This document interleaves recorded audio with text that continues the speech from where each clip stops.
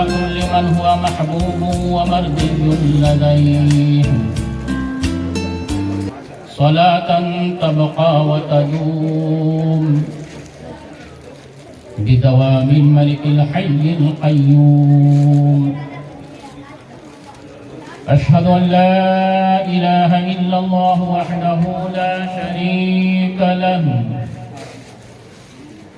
وأشهد أن سيدنا مولانا محمدا عبده ورسوله. أما بعد، فأعوذ بالله من الشيطان الرجيم. بسم الله الرحمن الرحيم.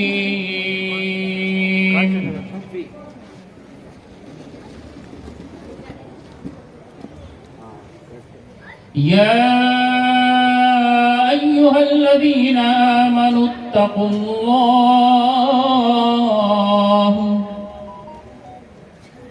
وكونوا مع الصادقين.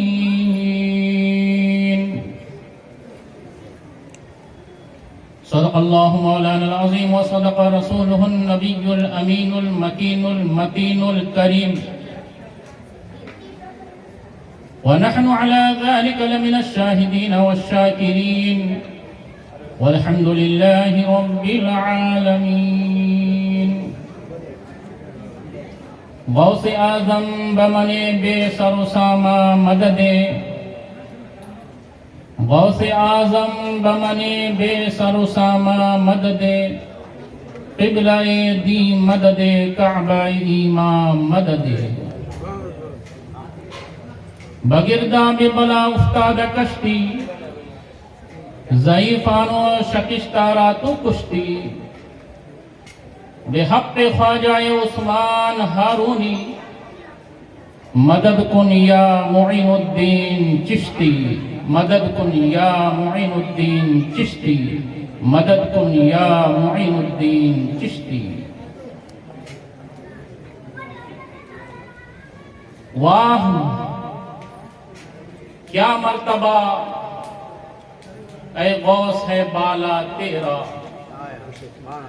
واہ کیا مرتبہ اے غوث ہے بالا تیرا. اونچے اونچوں کے سروں سے قدم اعلیٰ تیرا، اونچے اونچوں کے سروں سے قدم اعلیٰ تیرا. اور سر بھلا کیا کوئی جانے کہ ہے کیسا تیرا، سر بھلا کیا کوئی جانے کہ ہے کیسا تیرا. اولیاء ملتے ہیں آنکھیں وہ ہے تلوار تیرا، اولیاء ملتے ہیں آنکھیں وہ ہے تلوار تیرا.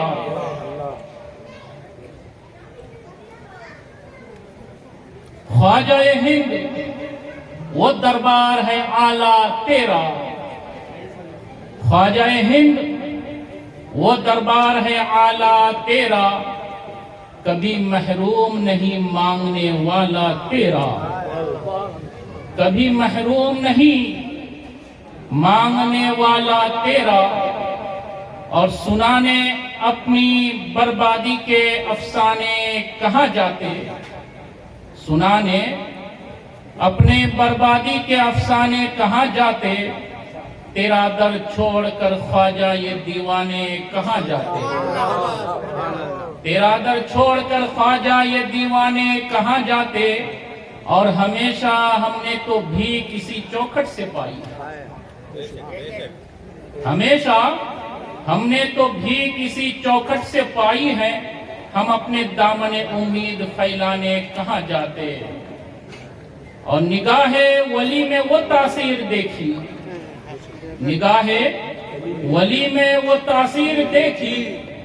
بدلتے ہزاروں کی تقدیر دیکھی، بدلتے ہزاروں کی تقدیر دیکھی. برادران ملت اسلامیہ، آئیے جس آیت مبارکہ کی میں نے تلاوت کی اس کا خلاصہ، اس کی تشریح کرنے سے قبل ہمارا آپ مل کر کے اپنے آقا و مولا حضور تاجدار مدینہ احمد مصطفیٰ محمد مصطفیٰ صلی اللہ تعالی علیہ وسلم کے دربار گوہر بار میں درود پاک کا نذرانہ عقیدت پیش کریں. پڑھیے اللہم صلی علی سیدنا مولانا محمد بارک وسلم صلو علیہ صلاۃ و سلام علیک یا رسول اللہ صلی اللہ تعالی علیہ وسلم. برادران ملت اسلامیہ،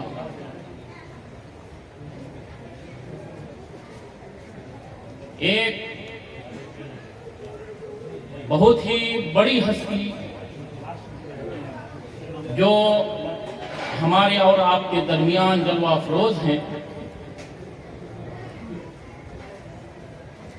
حضرت کی شخصیت کو پہچاننا یہ سب کے بس کی بات نہیں ہے.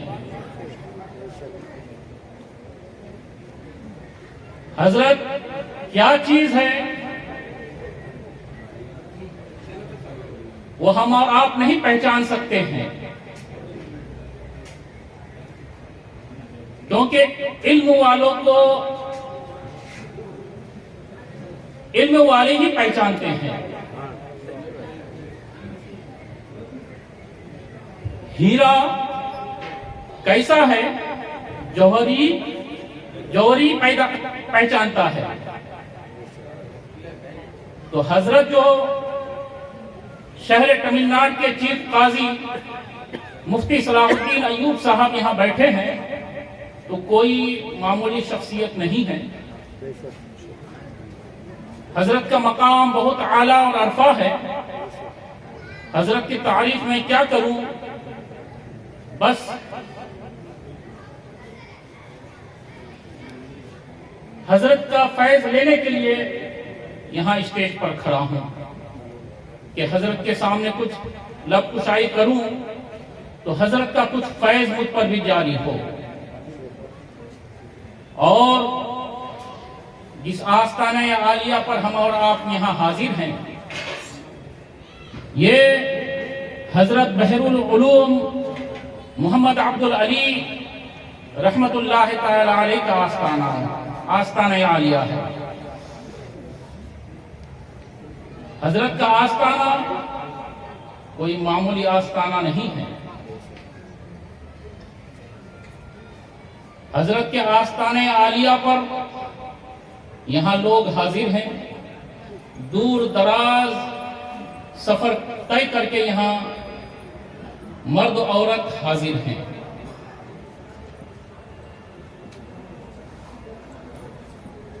آخر حاضر کیوں ہوتے ہیں؟ حاضر حضرت کے بارگاہ عالیہ میں کیوں ہوتے ہیں؟ کچھ تو یہاں ضرور ملتا ہوگا جبھی حاضر ہوتے ہیں.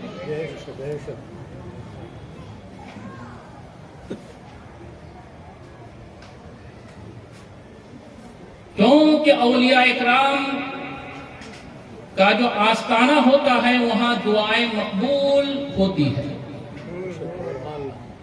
اسی لیے لوگ محنت و مشقت کر کے دور دراز کا سفر طے کر کے اولیاء اکرام کے مزارات پر حاضر ہوتے ہیں اور وہاں دعائیں کرتے ہیں.